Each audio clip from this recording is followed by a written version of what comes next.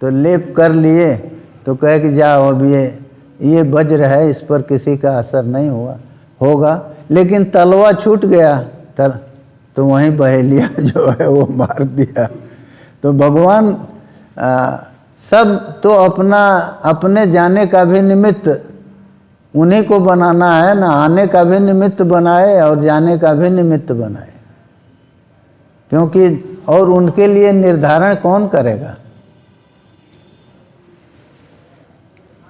तो यही दिया है। तो अब चलते हैं रुक्मिणी जी का, वो थोड़ा सुनाया जाए। ये तो सब लिखा है कि उत्तार्य गोपी सुश्रितम पयः पुनः प्रविश्य संदृश्य च दध्यमत्रकम। यशोदा जी पिला रहे थे दूध उनको, और तो गोद में थे और उधर दूध गिरने लगा, तो उतार के चले गई, तो क्रोध में आ गए।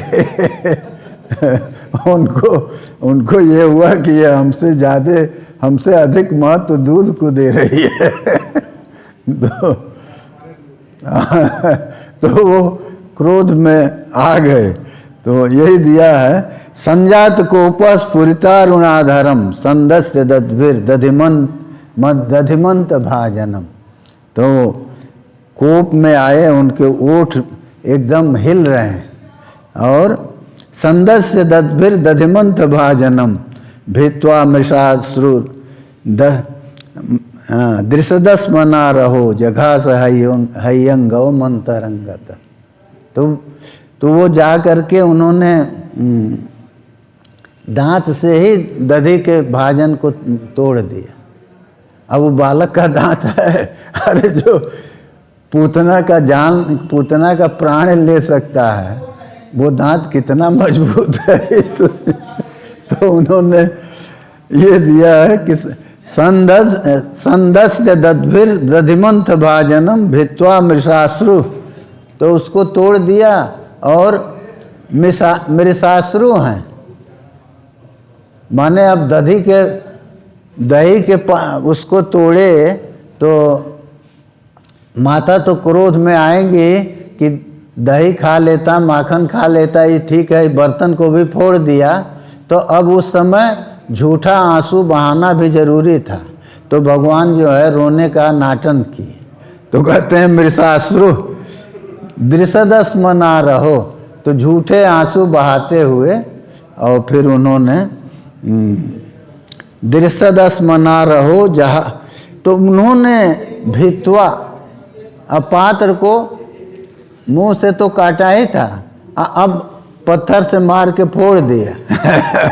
और जगह से हयंगो मंतरंगत। तो अब फिर उस मक्खन के बीच जाके उसी में बैठ के और फिर जघास खाने लगे। तो यशोदा जी उधर से जाके दूध उतार के आती हैं, तो उतारे गोपी सुश्रितम पयः पुनः प्रविश्य संदृश्य च दध्र अमत्रकम। तो आए हैं, और जब उन्होंने दही के भाजन को देखा कि ये फोड़ दिया है, तो फिर क्रोध में आ गए। तो भग्नम विलोक्य स्वसुतस्य कर्म तज्जहास तम चापि न तत्र पश्यति। तो अपने पुत्र का कर्म समझ के, तो वो तो जघास हयंगवमन तरंगतः, तो वो बीच में बैठ के और खा रहे हैं। और ये जहास, इनको जो है वो देख के हंसी आई है। तो जहास हयंगम जहास तंचापि न तत्र पश्यति उलूखलांग्रे रूपरि व्यवस्थितम मरकाय कामम ददतम स्थितम। तो उलूखल के ऊपर बैठ करके अब बंदरों को दे रहे हैं। इतना उपकार उस समय किया है बंदर लोगों ने रामावतार में, तो अब कुछ तो करना चाहिए। तो मिला है माखन, तो अपने उसी में खा रहे हैं। मरकाय कामम ददति सिचि स्थितम, और सिक में जो स्थित है उसको उलूखल पर चढ़ गए, और ऊपर से जो निकाल रहे हैं, जो टंगा माखन है, वो बंदरों को दे रहे हैं। तो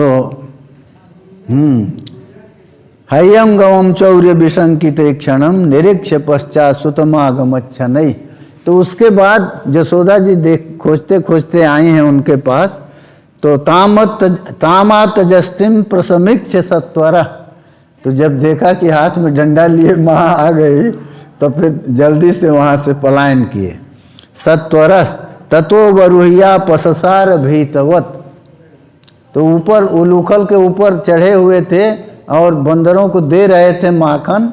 तो वहाँ से जल्दी से उतर के अपससार भीतवत, वहाँ से भगे डरे हुए की तरफ भीतवत दिया है। तो गोप्यन्य धावन नजमाप योगिन, गोपी उनके पीछे गई। नजमाप योगिनाम क्षमम प्रवेष्टुम तपसे रीतम मना। कह रहे हैं कि जब उसके पीछे गोपी दौड़ी, जिसको प्राप्त करने में जोगियों का तप से प्रेरित मन भी नहीं जिनको प्राप्त कर पा, माने मन की गति तो बहुत है। तो योगियों का मन जो तप से प्रेरित है वो भी जहाँ नहीं पहुँच पाता, उसके पीछे गोपी जा रही है। तो भक्ति का प्रभाव दे रहे हैं कि यशोदा की जो भक्ति है वो उन योगियों के तप से भी श्रेष्ठ है। उनका मन भी जिसको नहीं प्राप्त कर सकता, उसको अगर वो ये समझ जाते हैं कि हम नहीं प्राप्त करेंगे तब तो नहीं न जाते। लेकिन नहीं, गोप्यन अन्वधावत पहुँची, अब पकड़ा भी है। तो गोप्यन अन्वधावत न जमाप योगी नाम तपसे रितम मना। योगियों का मन जो तप से प्रेरित है, तो माने मन में तो वैसे ही गति है। और फिर तप से प्रेरित मन जो है उसकी गति कितनी होगी। लेकिन वो निर्णय अपना दे दिए कि न जमाप योगी नाम तपसे रितम मना। योगियों का तप से प्रेरित मन भी उनको प्राप्त नहीं कर पाता, लेकिन यशोदा जी उनको प्राप्त की। अन्वंच माना जननी बृहत चलत छोणी भराक्रांत गति सुमध्यमा जवेन विसंसित केश बंधन च्युत प्रसूनानुगति परामृशत। तो पकड़ तो लिया लेकिन जोर लगाना पड़ा। इसीलिए दे रहे हैं कि जवेन विसंसित केश बंधन, वेग से उनका केश बंधन, वो जो चूड़ा और वो बनाई थी चोटी, वो तो सब खुल गया। जवेन विसंसित केश बंधन च्युत प्रसूनानुगति। और वहाँ से जो फूल गिरे वो फूल उनके पीछे आ रहे हैं।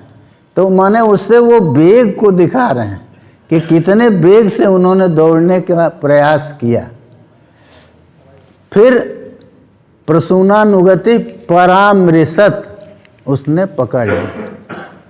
तो माने ये दिखाए कि भक्ति जो है वो तो पकड़ सकती है, लेकिन तप की शक्ति जो है वो अगर भक्ति से रहित है तो वो नहीं पकड़ पाए, उसके लिए संभव नहीं है।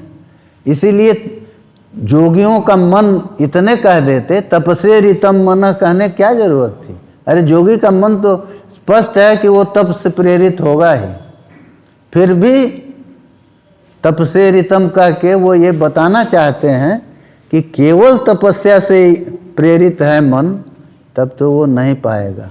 लेकिन भक्ति से प्रेरित अगर है तो वो गोपी भी उनको वो प्राप्त कर ली, उन्होंने पकड़ लिया माता यशोदा ने। और फिर उनको जो है वो दिया है कृतागसम तम प्ररुदंत मक्षिणी। उन्होंने अपराध तो किया था, तो इसलिए प्ररुदंतम, बहुत जोर से रो रहे हैं।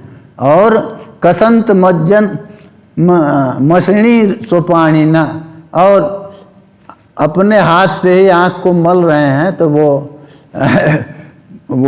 काजल जो है वो आ रहा है। तो उद्वीक्षमाणम भय विह्वलेक्षणम हस्ते गृहीत्वा मितवन भिषयंति वाच। तो कहते हैं कि तो फिर माता यशोदा ने हाथ से पकड़ लिया और पकड़ के डराते हुए बोलती हैं। तो डराते हुए बोलने लगी, लेकिन देखें कि बहुत डरा हुआ है, तो पहले जस्टी को हाथ में जो डंडा था उसको छोड़ दिया कि इसको छोड़ देने से इसका भय कम हो जाएगा। तो त्यक्त्वा जष्टिम सुतम भीतम विज्ञायार्भक वत्सला ये स्किल तम बद्धुम दामना अंतर तद्वीर्य कोविता। तो उनको रस्सी से बांधना चाहिए, अतद्वीर्य कोविदा, क्योंकि उनके बल को वो नहीं जानते थे। इस प्रसंग को सुनाए केवल इतने के लिए कि आप याद करिए, जैसे हनुमान जी को जब सब बांधते हैं वहाँ, तो रहा नगर बसन घृत तेला, तो बाढ़ी पूछ कीन कपि खेला। तो वो तो हनुमान जी का खेल सबके सामने हो रहा था, समझ में आया।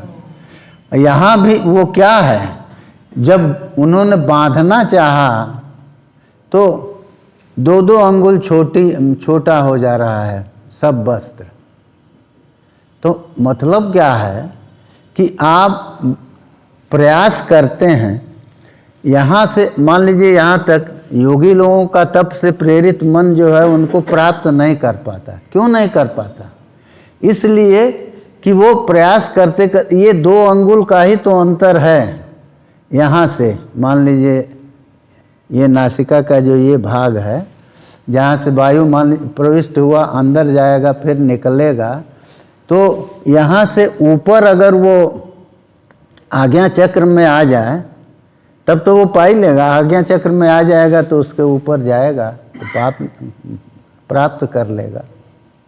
क्योंकि वहाँ वो दिया है ना कि जैसे परीक्षित जब सर्प डाले तो वहाँ लिखा है कि स्थानत्रयात् परम प्राप्तम ब्रह्मभूतम अकल्मषम। ऋषि जो हैं 3 स्थान के ऊपर चले गए थे और ब्रह्मभूत थे, अकल्मष थे।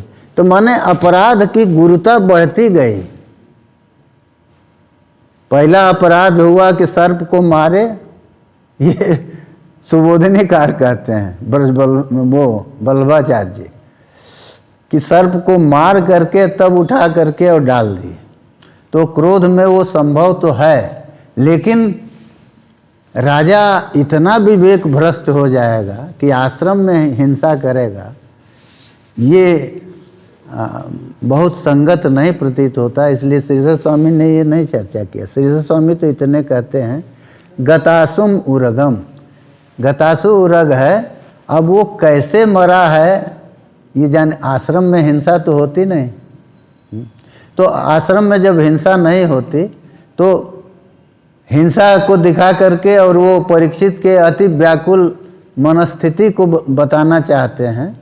लेकिन तो फिर उस महाभागवत में और हम लोगों में अंतर क्या होगा? यदि उन परिस्थितियों में इस तरह का अपराध वो कर दें, अपराध तो किए, हाँ, और वो अपनी समझ से, उनको ये है कि हम आए हैं, हमको अर्घ्य और ये कहाँ तक देना चाहिए, और ये जो हैं आँख बंद करके बैठे हुए हैं, तो ये तो उनको अदृष्टानुसार इस तरह का वो हुआ। क्योंकि वो साप भी उनके लिए बहुत अनुग्रह हुआ ना। तो ये संभव है। लेकिन वो सर्प को मार के डाले तो हमारी समझ से श्रीधर स्वामी इसीलिए उधर की ओर नहीं गए। वो इतने मूल में इतना ही है गतासुम उरगम। तब उरग जैसे मरा उन्होंने देखा तो उसी को उठा के डाल दिया। तो वो 3 स्थान कहाँ तक है? तो वायु की गति जहाँ तक, मान लीजिए वायु आपने श्वास खींचा और फिर उसको लौटा दिया, तो यहाँ से आके इधर से वो लौट गया, बाहर निकला। पूरक, कुंभक, रेचक ये है। तो पूरक, कुंभक, रेचक में अब वो कुंभक में है, वो मान लीजिए आपने रोका तो वो नीचे की ओर आया और फिर रेचक में वो बाहर निकला। उसके ऊपर अगर उसकी गति हो गई यहाँ से तो वो मान लीजिए आया फिर इधर आ गया, अगर इसके ऊपर चला गया तो फिर वो अपनी दिशा में चला जाएगा प्राप्ति की ओर। तो इसीलिए योगी लोग जो हैं केवल तप से उसको पा नहीं पाते, वो भगवान की इच्छा से ही पाते हैं। इसीलिए एकादश में दिया है जोगिनाम अपि सर्वेषाम अहमेव हि सिद्धिदा, एवकार लगाया है वहाँ। भगवान कहते हैं कि सभी योगियों को सिद्धि देने वाले हम ही हैं। तो इसलिए भक्ति जरूरी है। इसीलिए वो एक श्लोक में आया ना, भक्ति विरक्ति भगवत प्रबोध। भक्ति तो उससे विरक्ति आएगी, और विरक्ति जब दृढ़ हो गई तो भगवत प्रबोध होगा। क्योंकि भगवत, या ये कहिए कि भगवत प्रबोध के बिना दृढ़ विरक्ति भी नहीं होगी, या दृढ़ विरक्ति होने पर वो तभी होगा जब भगवत प्रबोध होगा। तो 2 अंगुल का अंतर कहते हैं कि यशोदा जी जितना वो लेती आई वस्त्र उसमें रहा ये दे रहे हैं ना, ये स्किल तम बद्धुम दामना तद्वीर को विदा न चांतर न बहिर्जस्य न पूर्वम नापि चापरम पूर्वापरम बहिश्चांतर जगतो जो जगत चजह। तो कहे कि जगत के भीतर बाहर हैं और जगत चजह, और जगत वही है।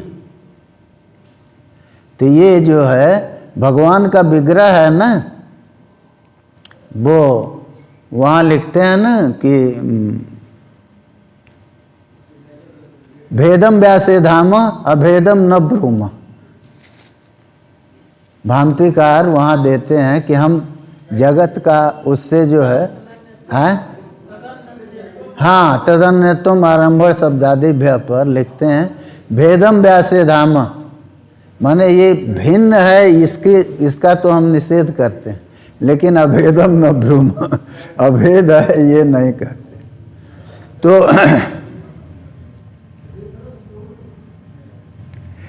तो देखिए ये देते हैं कि मर्त्यलिंगम अधोक्षजम गोपिको लूखले दामना बबंध प्राकृतम जथा।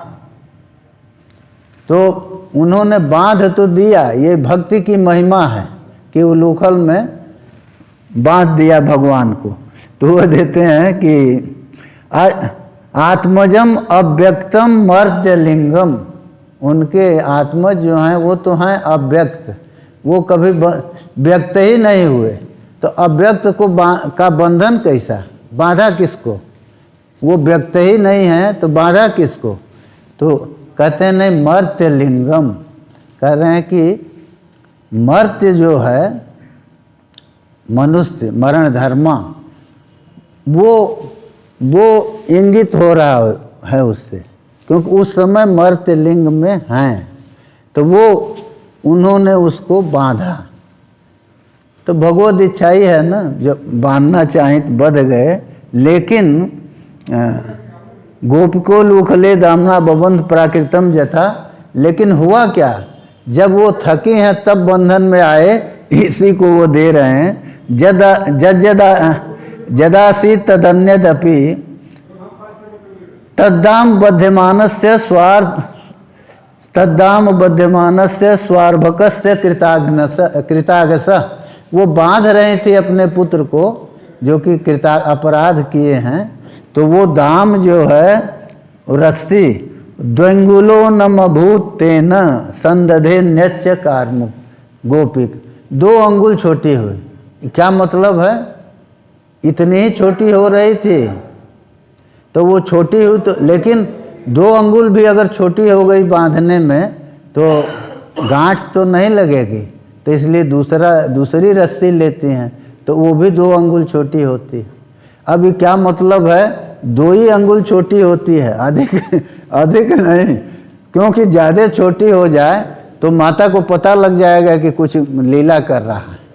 इसलिए 2 अंगुल छोटा होने से उनको पता नहीं चलेगा, वो सोचेंगे कि चलो दूसरा ले लेते हैं।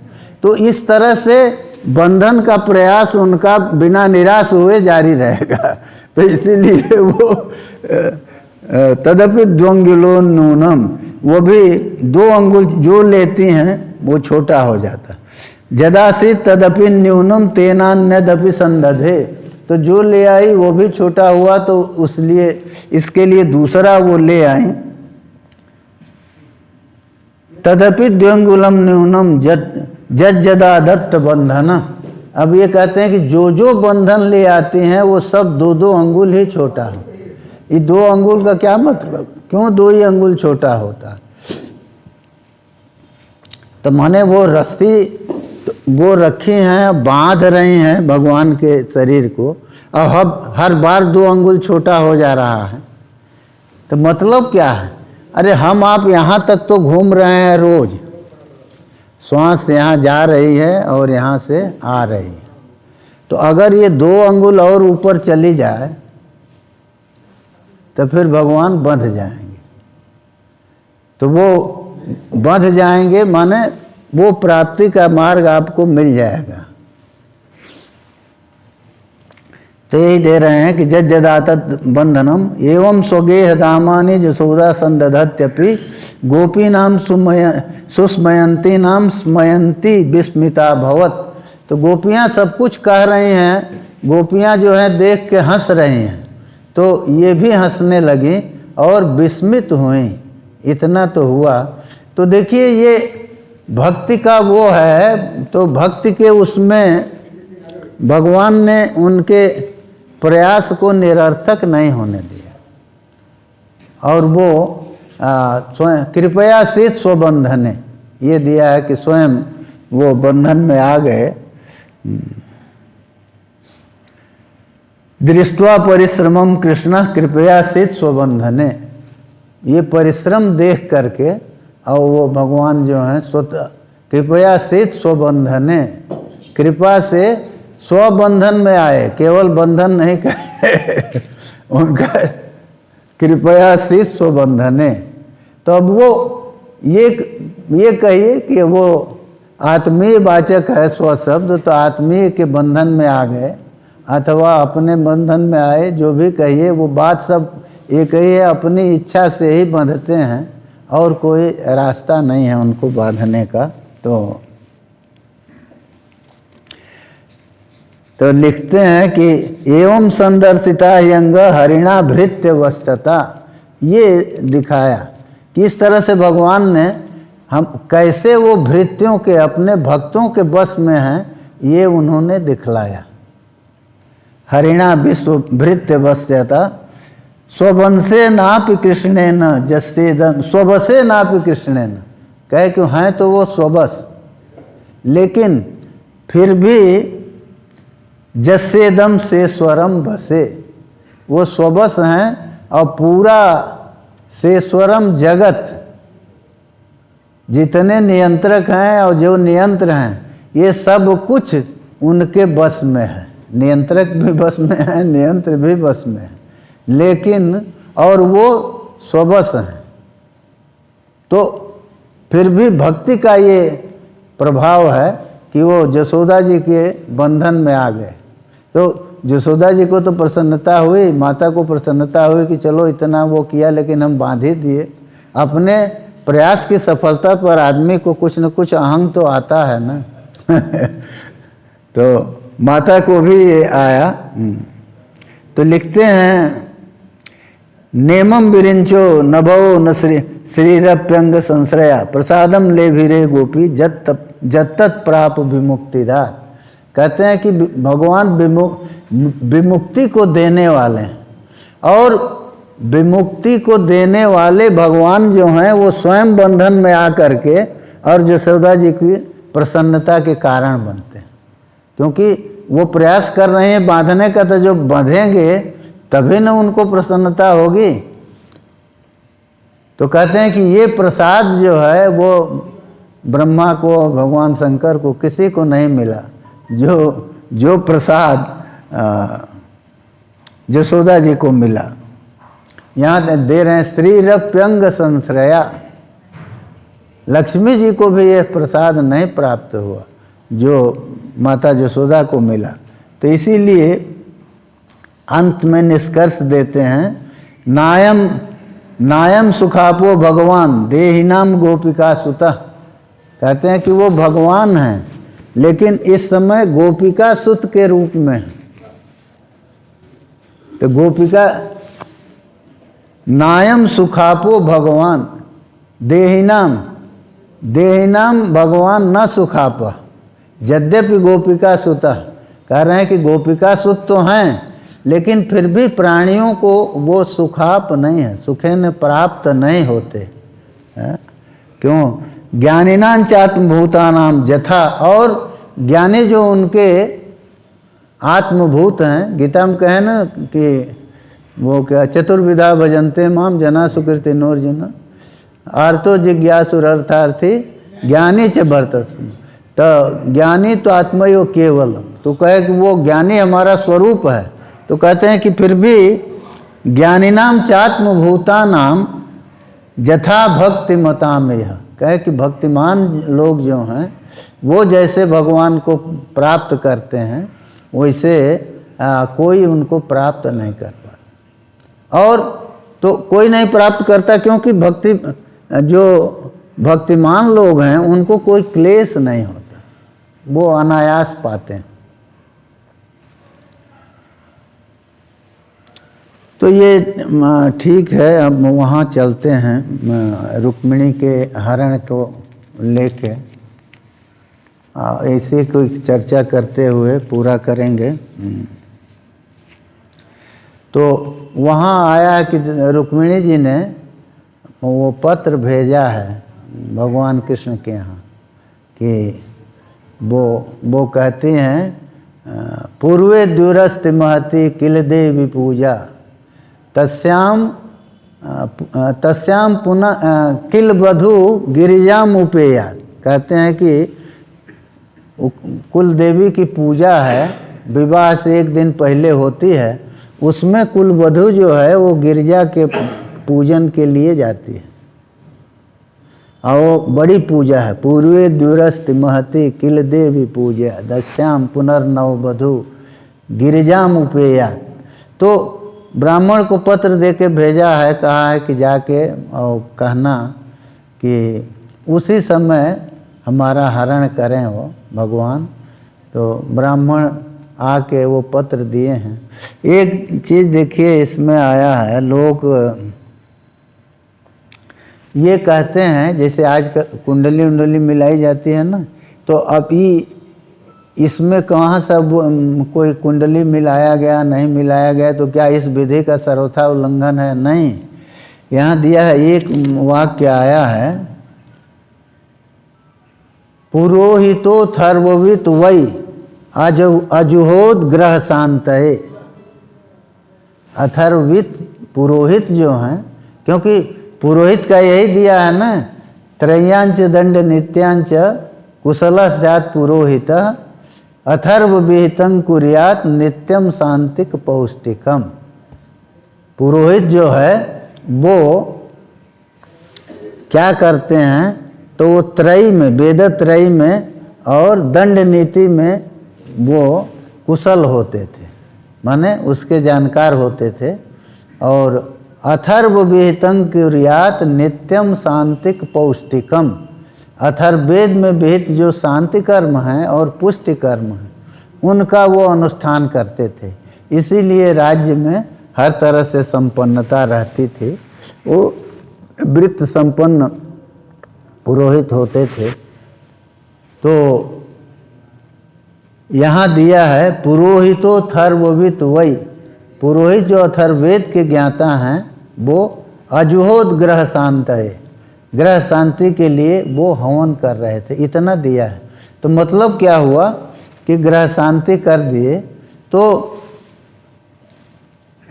कन्या का और वर का दोनों के ग्रह जो हैं उनका एक दूसरे पर कोई प्रभाव नहीं पड़ेगा, ये तो उन्होंने कर दिया, ग्रहों की शांति किया।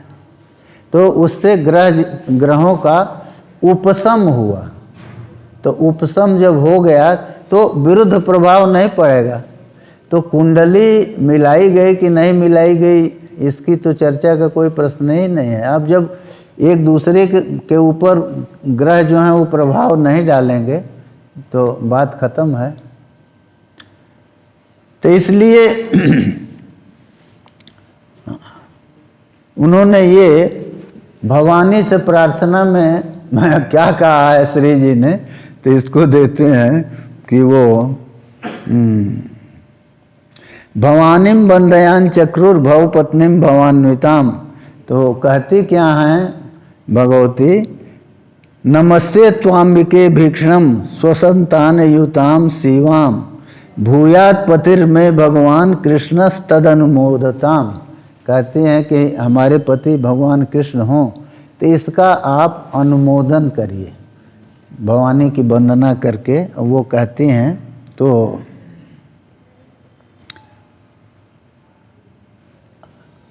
जल से, गंध से, अक्षत से और सब दिया है। अद्भिर गंधाक्षतैर धूपैर वासस्रक माल्यभूषणै नानोपहार बलिभि प्रदीपावलिभि पृथक। इन सबों से उन्होंने पूजा किया है अलग अलग। और विप्र स्त्रिया पतिमती तथा तय समपूजयत।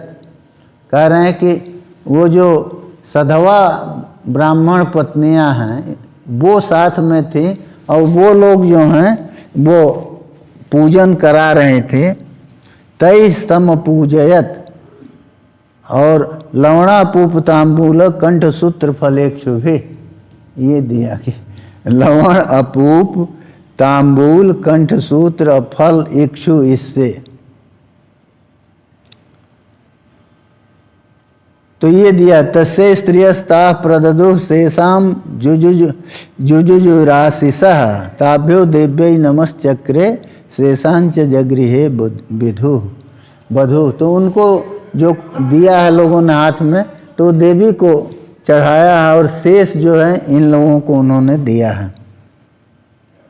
न शेषे अपने ताभ्यो देव्यै नमश्चक्रे, और मैंने उनको भी नमस्कार किया है, देवी को भी, और शेष को शेषाम च जगृहे बधु।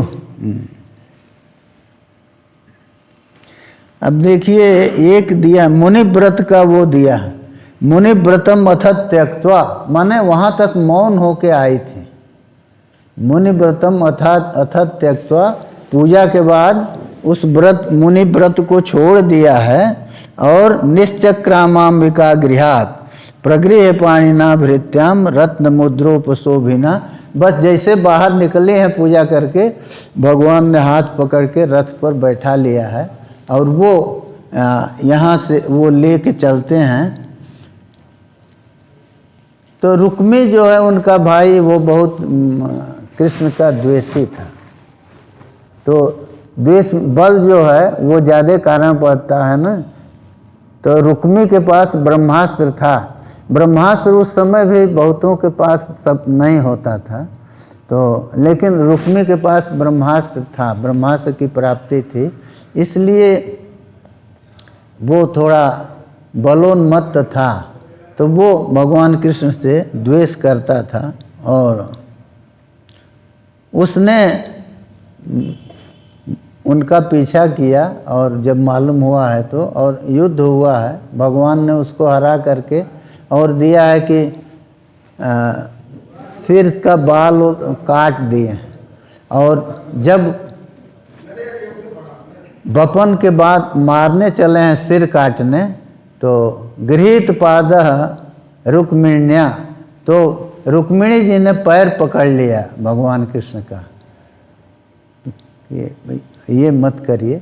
तो पैर पकड़ लिया है तो उन्होंने छोड़ दिया रुक्मिणी को।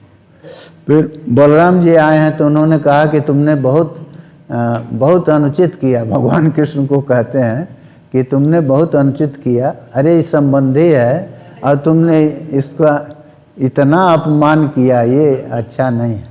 वो बड़े थे ना, तो वो कहते थे। बलराम जी बहुत समझाते थे। महाभारत के ठीक पहले जाके और वहाँ तीर्थ यात्रा में जाने से पहले लगे समझाने। और उस सभा थी पांडवों की, उसमें माने युद्ध पूर्व की सभा थी, सब लोग थे। भगवान कृष्ण अभी दूत होके नहीं गए थे, विचार हो रहा था, तो चले आए तो सबने उनका स्वागत किया। और वो लगे समझाने, कहे कि इसको हमने बहुत कहा, ये है कि बहुत समझाया है लेकिन ये बात माना नहीं। पता नहीं धनंजय पर, अच्छा पता नहीं धनंजय पर इसका कितना प्रेम है, उसी के कारण ये सब कर रहा है। तो और कोई कुछ नहीं बोला, लेकिन सात्यकी विरोध किए। सात्यकी ने कहा कि आप ये तो कह रहे हैं, तो बात उचित कहा कि एक बार भी दुर्योधन को क्यों नहीं समझाए।